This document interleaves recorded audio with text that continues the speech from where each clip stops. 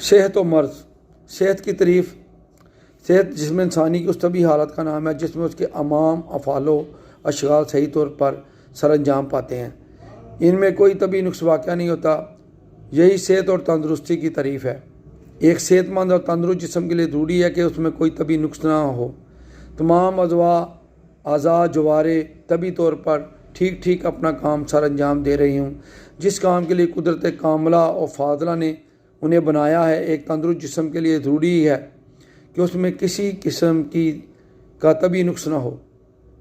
زندگی کی ہمہ ہمی میں اس کے مخصوص کام کے بغیر کسی وقت اور تکلیف کے سر انجام پاتے ہوں، عمر کے تقاضے کے مطابق ان کے انجام پانے میں کسی قسم کی نکاست اور ناتوانی، تھکان اور پسماندگی محسوس نہ ہو، اور ان کو انجام دینے میں جسم میں طاقت اور توانائی کا وافر ذخیرہ موجود ہو۔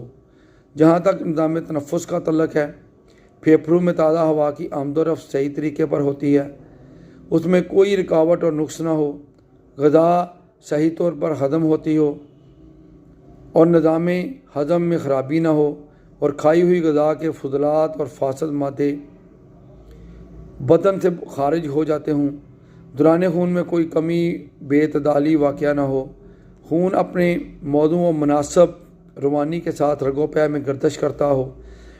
اسی طرح جسم اور اس کے اعضاء و جوارے باقی افعال باضابطگی سے صحیح طور پر سر انجام دے پا رہے ہوں تو یہ صحت ہے اور تندرستی ہے۔ بیماری یعنی مرض کی تعریف۔ رہی بیماری کی بات تو یہ وہ جسمانی حالت اور کیفیت ہے جو صحت سے بالکل مختلف اور مخالف ہے۔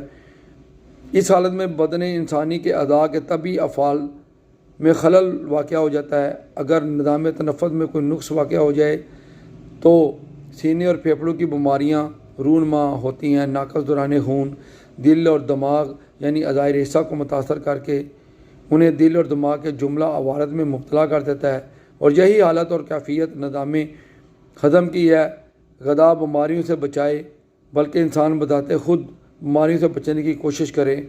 افزان صحت کے اصولوں پر سختی سے کاربند رہنا چاہیے۔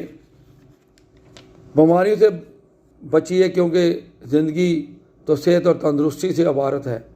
جینے کا مزہ تو صحت کے ساتھ ہے۔ بیماری کوئی بھی ہو زندگی کو دیمک کی طرح چاٹ جاتی ہے۔